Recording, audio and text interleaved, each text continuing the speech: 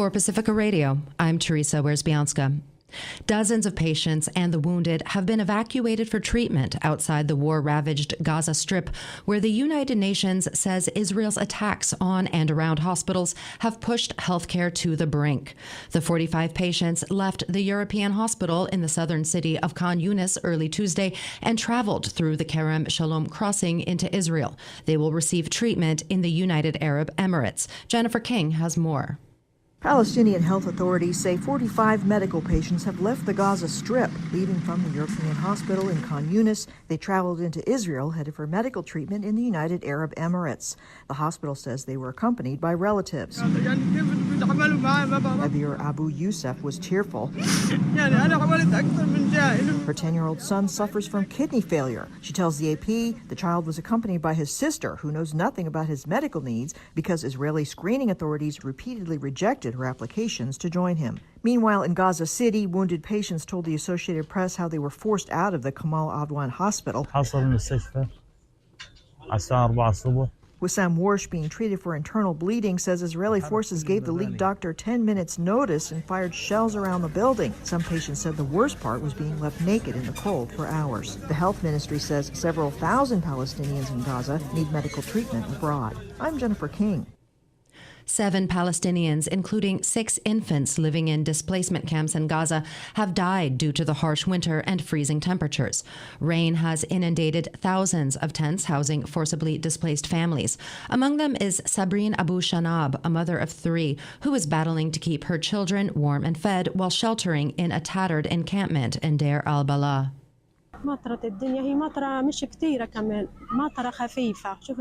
It rained, and although it was mild and not heavy rain, look what happened to us. We were flooded. The wooden poles of the tent broke, we barely fixed them. The water seeped inside and into the mattresses and my children's clothes.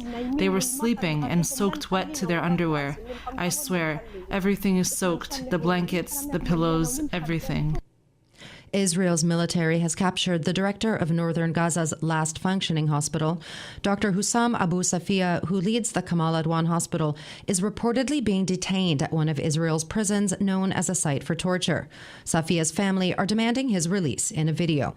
His son Idris Abu Safia's comments were translated by Al Jazeera. We urgently appeal to the international community to act immediately for his release.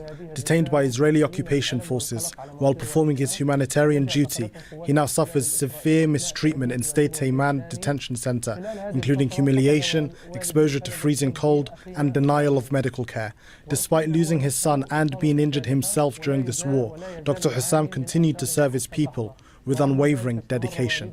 Our entire family holds Kazakhstani citizenship, and we call on the Kazakhstani government, international organizations like the WHO and MedGlobal, and all foreign governments to intervene and secure his release before it is too late. A team of U.S. investigators, including representatives from Boeing, have examined the site of a plane crash that killed 179 people in South Korea.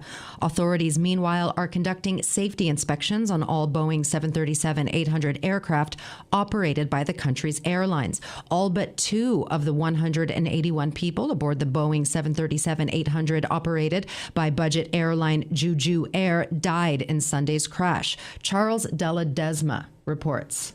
Jeju's CEO, Kim E-bai, has once again apologised to the victims and families, saying the company will do everything it can to ensure safety and regain customers' trust.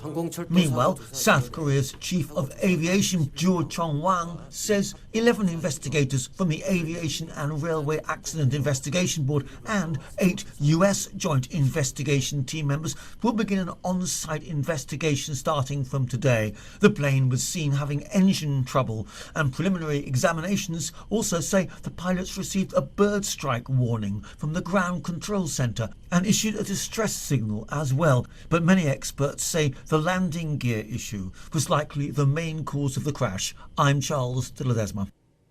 A blackout has hit nearly all of Puerto Rico as the U.S. territory prepares to celebrate New Year's Eve.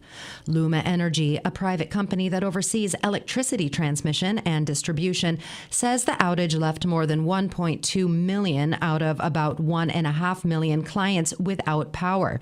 It wasn't immediately clear what caused the widespread outage or when power would be restored. Puerto Rico continues to struggle with chronic power outages, blamed on a crumbling power grid that was raised by Hurricane Maria.